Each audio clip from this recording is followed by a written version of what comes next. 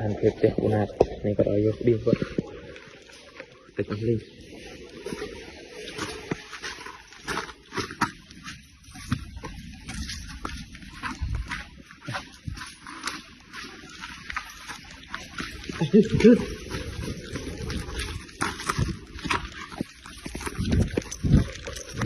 cái thằng nó câu này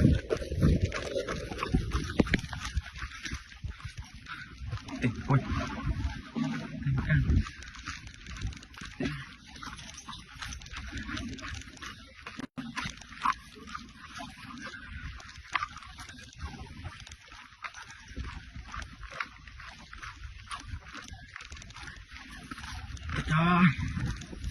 tí đập buồn